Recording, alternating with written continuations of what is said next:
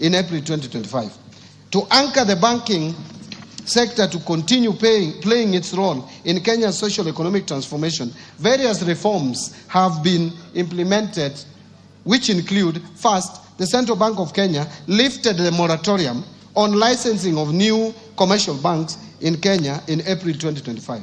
This is expected to attract foreign direct investment in the sector, resulting in competition and consequently reduced lending rates.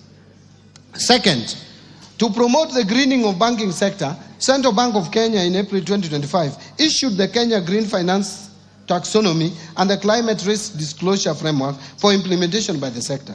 The Kenya Green Finance Taxonomy is a tool to classify whether particular economic activities are green or environmentally sustainable and promote the transition to a low carbon economy. The Climate Risk Disclosure Framework is aimed at enabling banks to integrate climate-related risks into their governance, strategy, risk management, and disclosure frameworks. It is also intended to enable banks to leverage on business opportunities from efforts to mitigate and adapt to climate change. And third, issuance of guidelines on global liquidity standards and leverage ratios. The Central Bank of Kenya in April 2025 issued guidelines on liquidity coverage ratio, net stable funding ratio, and leverage ratio for the banking sector. These guidelines will enhance the banking sector's liquidity and capital frameworks to promote greater financial stability and resilience, thereby ensuring that banks have the ability to withstand unexpected shocks, maintain stable funding, and manage their risk profiles effectively. Mr. Speaker, the Central Bank of Kenya, in collaboration with the National Treasury and other stakeholders, are developing the National Financial Inclusion Strategy for the period covering 2025 to 2028. The strategy provides a consolidated framework for advancing financial inclusion agenda to meet the needs of all Kenyans through deepening access and usage of financial services, enhancing quality of affordable financial products that meet consumer demands. Mr. Speaker, to strengthen digital finance in Kenya, the government will continue to implement the National Payment Strategy for the period 2022 to 2025 and fast-track finalization of a national policy on digital finance. In order to reform and modernize the national payment system, Central Bank of Kenya is doing the following. 1. Undertaking a comprehensive review of the national payment system legal and regulatory framework. 2.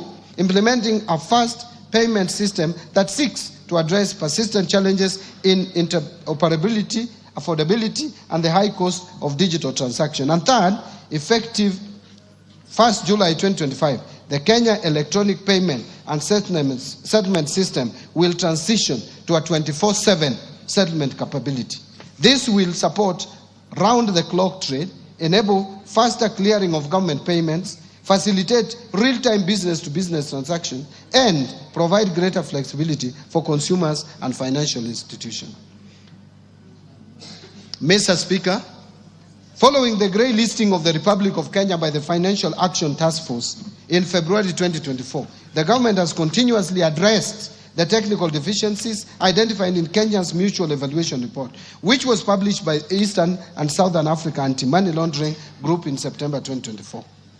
Mr. Speaker, as you are aware, one of the technical deficiencies identified in the Kenya's Mutual Evaluation Report was lack of a policy and regulatory framework to the virtual assets and virtual assets service providers. In order to regulate this sector, the government has developed the Virtual Assets Service Providers Bill 2025, which is currently before Parliament. Again, I urge honorable members to fast-track its enactment.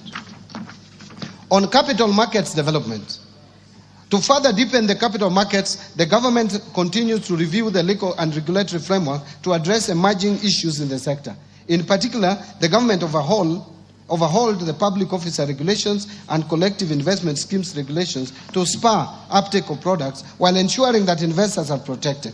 The government has also approved new regulatory frameworks to support credit ratings and alternative investment funds, which have attracted a lot of interest from investors. Further, the government is in the process of reviewing the regulatory frameworks for licensing, margin trading, conduct of business for market intermediaries, and mergers, acquisitions, and takeovers. Once in place, these regulations will reinvigorate capital markets activity and make our capital markets more facilitative and efficient. Mr. Speaker, to diversify the government sources of financing, a Sukuk bond has been issued while other Sharia-compliant products are in the pipeline. The first Sukuk bond raised 3.2 billion, which has been effectively deployed in the affordable housing program and pension reforms. Mr. Speaker, in the Tax Laws Act, Mr. Speaker, now I turn to the pension reforms.